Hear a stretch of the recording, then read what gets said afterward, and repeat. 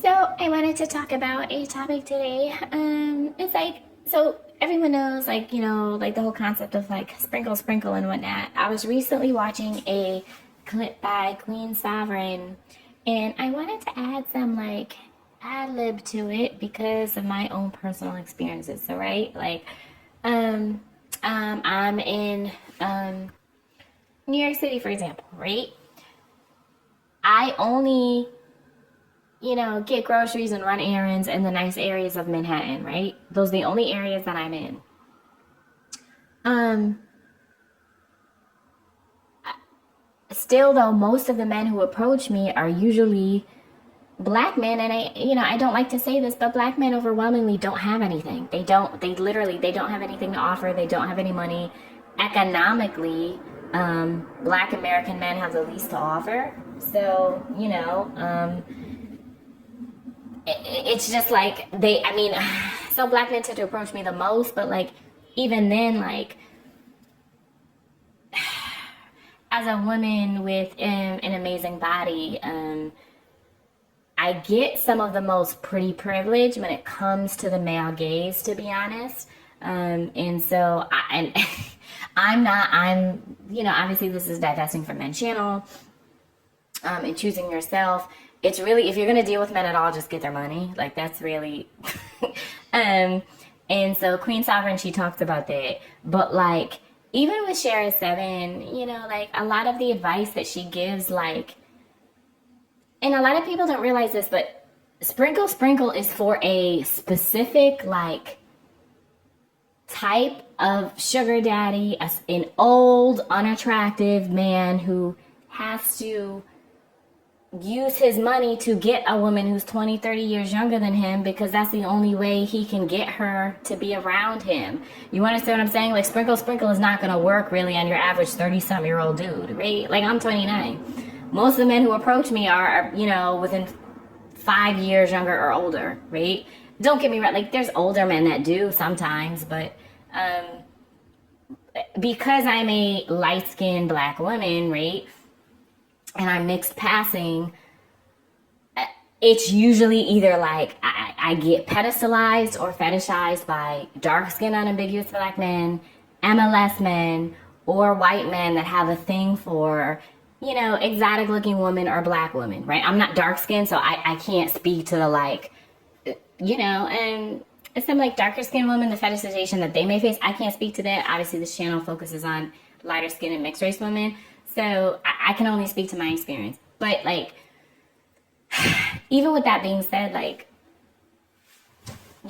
coupled with like only like 5 to 10% of men make like a six-figure salary, and in New York City, like even if you make low six figures, that's middle class here. Okay, like if I ask him for $1,000 or more, like that's most likely like that's only going to work like that's on a very specific target. There's a reason why she even uses the term target, right? So just all of that said, like, um,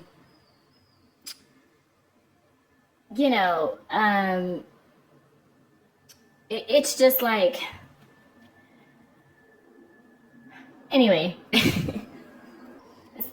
don't do it any man that's not giving you money, okay? Point blank, period. Honestly, like,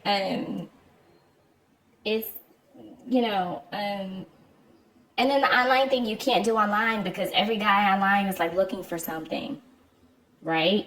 And he's usually like, it's just like, and they have all of their bullshit. I would rather meet people in real life because I don't like tradition. I don't date really. I just get money.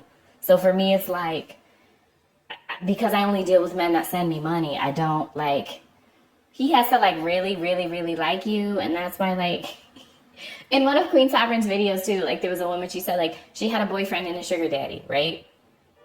Um, I guess in the beginning, like he kind of had an issue with it or whatever, but it's like realistically, even if you have a boyfriend that you're more attracted to and a sugar, because sugar daddies are usually old and ugly, right? Like they're not, that's because they have to lead with their money to get you to stick around. They know that. That's why they're spending. That's why they're leading with their money. That's why old men lead with their money, because they know that's the only, That's the only way that they can pull a woman. So like, especially a woman of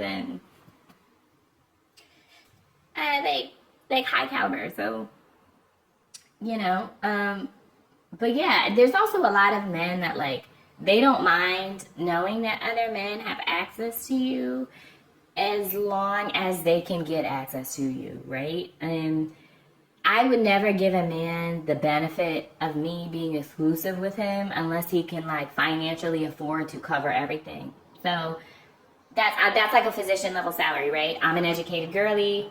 I'm pursuing my graduate degree. I'll be pursuing my graduate degree and applying to grad school within the next like year or so. So like, I'm already in the medical field. So for me, like I would say my standards are higher.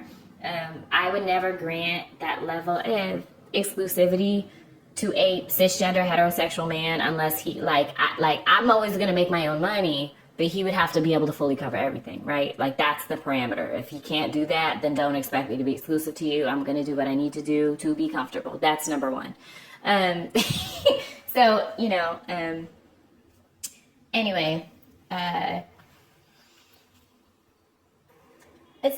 let me know your thoughts below, and I'll see y'all next time. All right, stay gorgeous and stay woke.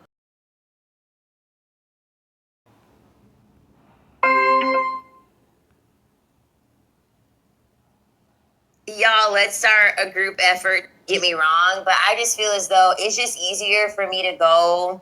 It's just easier for me to go in an environment where men know that they're in an environment where they have to spend money.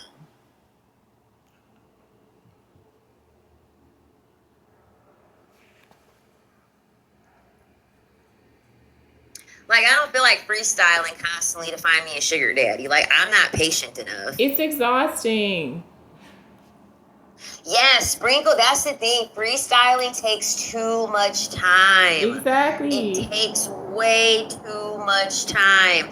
I don't have time to be going and being at a place for 3 hours and then I don't meet someone, and then the third week I finally meet someone and then he gives me money, and then that will last for maybe about 3 weeks, and then I got to go find another person and then do it all over again. It's too much work. It's way easier to just be in an environment where men know that they have to spend money already. Like, it's just way easier. And then not only that, you're in an environment where you have a lot more opportunities for trial and error. You have a whole lot of you have a lot more opportunities to work on your mouthpiece, to kind of like play a fantasy, trial and error, working on you being smooth, working on your dark manipulation, your dark femininity. You have way more opportunities.